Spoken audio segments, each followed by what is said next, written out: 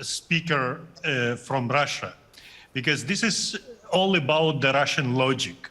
I would suggest our respectful or not respectful speaker from Russia to refresh your memory about the international definition of aggression. It's 1974 UN Security Council resolution, if I'm not wrong. And you will see that out of 10 probably points, at least eight were completed. This is illegal annexation of Crimea. And what is Russia doing now? I mean, the maritime blockade of the Black Sea and Azov Sea, is it not an aggression? And then if it's not an aggression, that I don't know what the real aggression is. Can I add that Vladimir Putin is a liar? In 1994, there was the Budapest Memorandum, and again, Russia agreed to respect Ukraine's territorial sovereignty. It completely violated that. The issue again is democracy. There's no democracy in Russia. We know that. There's no freedom of speech. There's human rights violation, and there's an imperial aggression.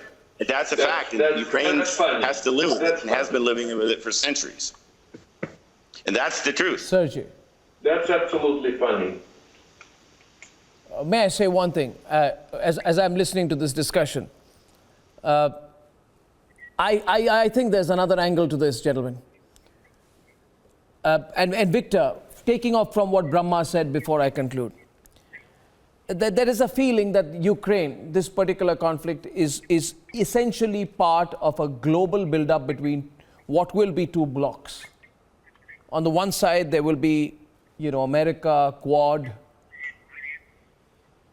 countries aligned more towards America, and then there'll be the Russia-China bloc. And therefore, this is going to be long and prolonged. Are you anticipating that as well? I hope not.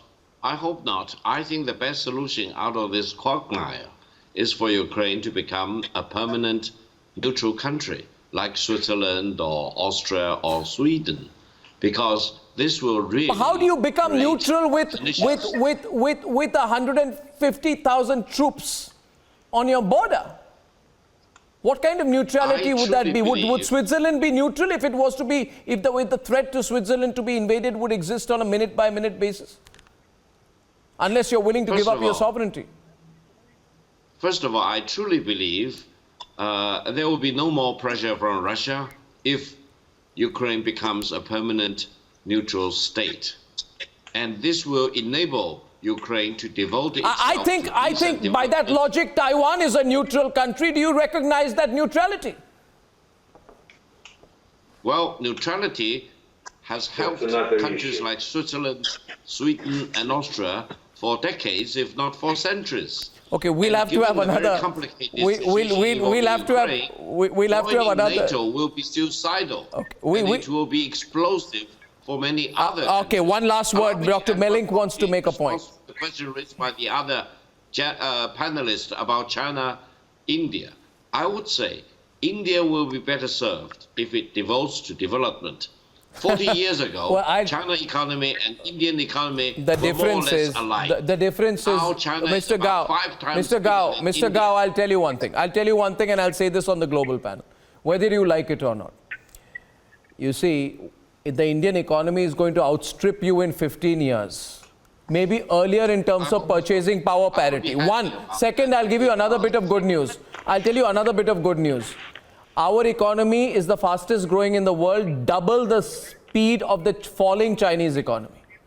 Okay? And I think if you learned the number of, lastly, Mr. Gao, with a lot of respect to you, with a lot of respect,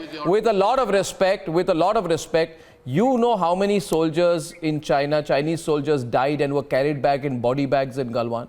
We gave you such a bloody nose in Galwan.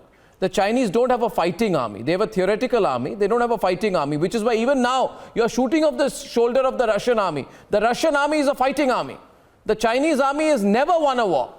So it's easier to shoot off the Russians' shoulder. With due respect, you forgot the Korean War. And with due respect, and I do not want with due respect, I was born way after the 50s. And I China think did not win the Korean War. know for sure Okay. they are up to when they ease the I won't go into what happened in the Korean War. Anyway, this is getting to be a very interesting debate. Mr. Melink wants to say something, raised his hand for a long time, so last word to him. Yeah, very brief. I would suggest that the harder Russians press for Ukraine's neutrality, the sooner they will get Finland and Sweden to get rid of their neutrality and join NATO. That's a good comeback. This debate can continue. It's just that I have another one lined up after this. But gentlemen, we disagreed a lot, but this